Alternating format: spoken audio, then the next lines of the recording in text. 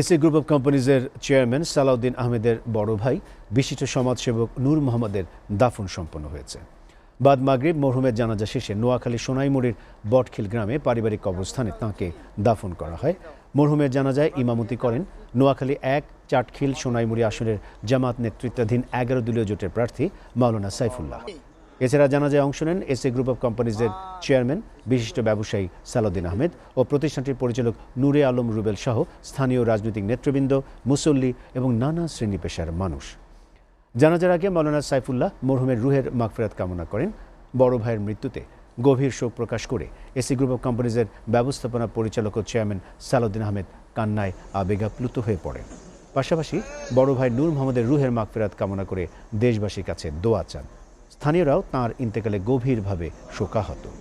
বুধবার সকালে বটখিলের নিজ বাড়িতে বার্ধক্যজনিত কারণে ৭৮ বছর বয়সে ইন্তেকাল করেন নূর মোহাম্মদ। তিনি স্ত্রী, পুত্র, কন্যা সহ অসংখ্য গুণগ্রাহী রেখে গেছেন।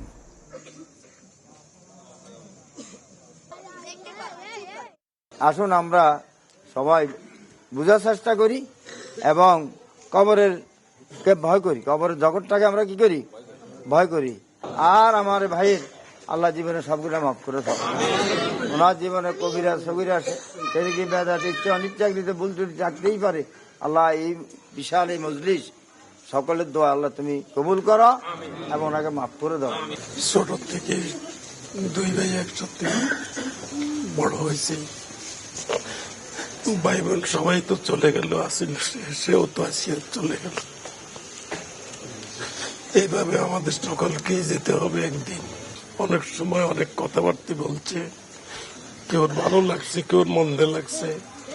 আল্লাহর ওয়াস্তে আমার পক্ষ থেকে, তার পক্ষ থেকে তাকে ক্ষমা করে দিবেন এবং তার অনেক সময় কোনো দেনা পানা থাকতে পারে, কেউর সাথে কোনো কমিটমেন্ট থাকতে পারে। যদি কেউর কমিটমেন্ট লস করে থাকে আমাকে বলবেন, আমি আমার সাধ্য মতো চেষ্টা করব ইনশাল্লাহ তাকে আপনাদের তাদের দাবি মুক্ত করতে। আল্লাহ যেন তাকে ব্যস্ত নসিব করে এবং আমরা যেন আমাদের পারিবারিক ঐতিহ্য এলাকাবাসী খেদমতে যেন নিবেদিত হয়ে কাজ করতে পারি। আল্লাহ যেন আমাদেরকে সেই তৌফিক দান করে।